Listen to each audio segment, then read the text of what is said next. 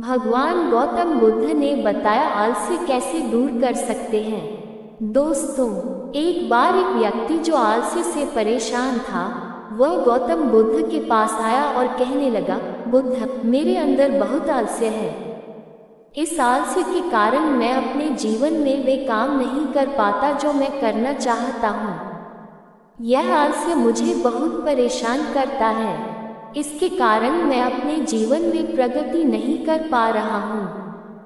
कृपया मुझे इस आलस्य से छुटकारा पाने का कोई उपाय बताएं। ये सुनकर गौतम बुद्ध मुस्कुराए और उस व्यक्ति से बोले, तुम्हें कैसे पता कि तुम आलसी हो? वह व्यक्ति बोला, बुद्ध, केवल मैं ही नहीं बल्कि मेरा पूरा परिवार भी कहता है कि मैं एक आलसी व्यक्ति हूँ। बुद्ध ने कहा, क्या तुम ये प्रमाण दे सकते हो कि तुम आलसी हो? उस व्यक्ति ने कहा, हाँ बुद्ध, मैं प्रमाण दे सकता हूँ। बुद्ध बोले, तो प्रमाण दो। उस व्यक्ति ने कहा, बुद्ध, मैं जानता हूँ कि सुबह जल्दी उठना मेरे स्वास्थ्य और मन दोनों के लिए लाभकारी है, लेकिन मेरा आलस्य मुझे सुबह जल्दी उठने नहीं देता। बुद्ध ने कहा, ठीक है, लेकिन क्या तुम जानते हो कि आलस्य क्या है? वह व्यक्ति बोला, बुद्ध, मुझे नहीं पता कि आलस्य क्या है, लेकिन जो भी है वह बहुत खराब है।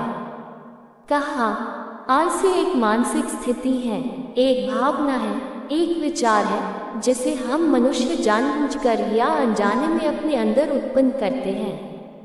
वह व्यक्ति बोला, लेकिन ये कैसे बुद्ध? आलस्य के कारण। बुद्ध ने कहा, सबसे पहले ये समझो कि आलस्य हमारे अंदर दो कारणों से उत्पन्न होता है। पहला कारण शारीरिक होता है और दूसरा मानसिक।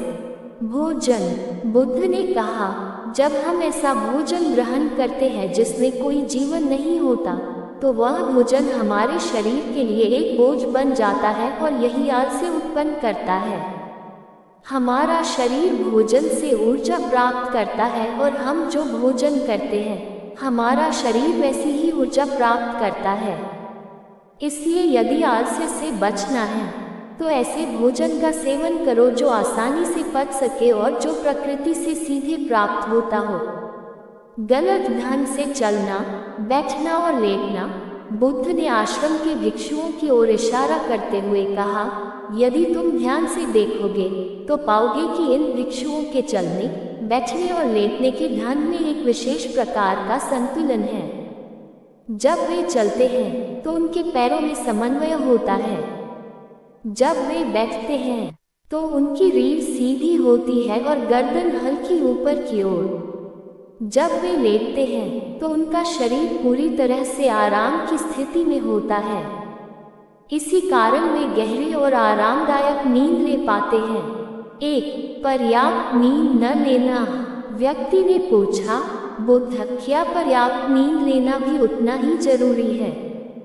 बुद्ध ने कहा, न कम और न ज्यादा, हमेशा पर्याप्त नींद लेना लाभदायक होता है। यदि तुम आज रात पर्याप्त नींद नहीं लोगे तो कल पूरा दिन थकावट और सुस्ती से भरा होगा। 2, सुबह जल्दी न उठना।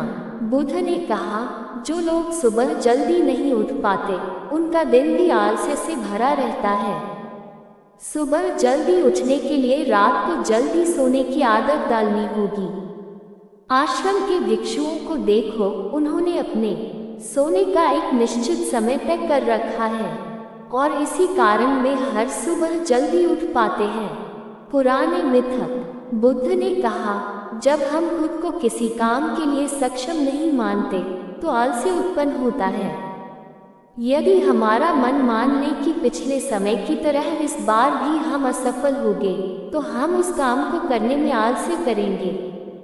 हमें ये समझना चाहिए कि पिछले समय और इस समय में बहुत फर्क है। हमने अपनी पिछली हार से बहुत कुछ सीखा है। इसलिए मानसिक आलस्य से बचने के लिए सबसे पहले खुद पर विश्वास करना सीखो। 2, गलत संगति। बुद्ध ने कहा, कई बार ऐसा होता है कि हम खुद आलसी नहीं होते, लेकिन कुछ आलसी और नकारात्मक लोगों की संगति में रहकर हम भी आलसी बन जाते हैं। इसलिए आलसी और नकारात्मक लोगों की संगति छोड़ दो। 3. काम को टालने की आदत। बुद्ध बोले, काम को टालने की आदत आलस्य और मानसिक दबाव का सबसे बड़ा कारण है। यह आदत धीरे धीरे स्थायी हो जाती है और एक ही आदत किसी भी व्यक्ति के जीवन को बर्बाद करने के लिए पर्याप्त है। इसलिए जो काम आज हो सकता है उसे कभी भी कल पर मत टालो।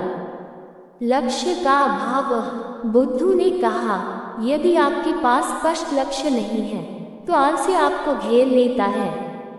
उदाहरण देते हुए बुद्ध ने कहा, मान लो तुम एक बड़े रेगिस्तान में फंसे हो और तुम्हें प्यास लगी है, तो तुम क्या करोगे? व्यक्ति बोला, मैं पानी खोजने की कोशिश करूंगा। बुद्ध ने कहा, लेकिन यदि पानी न मिले तो? व्यक्ति बोला, फिर भी मैं प्रयास करता रहूंगा क्योंकि मेरे पास और कोई विकल्प नहीं होगा। बुद्ध ने कहा, जहाँ स्पष्टता और उद्देश्य हो वहाँ आलस्य टिक नहीं सकता। उद्धरण चिन्ह 5. कोई महान उद्देश्य न होना। बुद्ध ने कहा, यदि किसी कार्य को करने के लिए तुम्हारे पास कोई बड़ा उद्देश्य नहीं है तो आलस्य तुम्हें रोक सकता है। दोस्तों, उस व्यक्ति ने कहा, बुद्ध, अब मैंने आलस्य का पूरा खेल समझ लिया है। बुद्ध ने कहा, हमेशा याद रखना, जहाँ स्पष्टता और करने का बड़ा उद्देश्य होगा वहाँ आलस्य कभी नहीं टिकेगा। कहानी कैसी लगी कृपया कमेंट करके अवश्य बताएं। वीडियो को लाइक शेयर अवश्य करें। नई कथाओं के लिए चैनल को सब्सक्राइब करें। आपका साथ और सहयोग हमेशा बना रहे।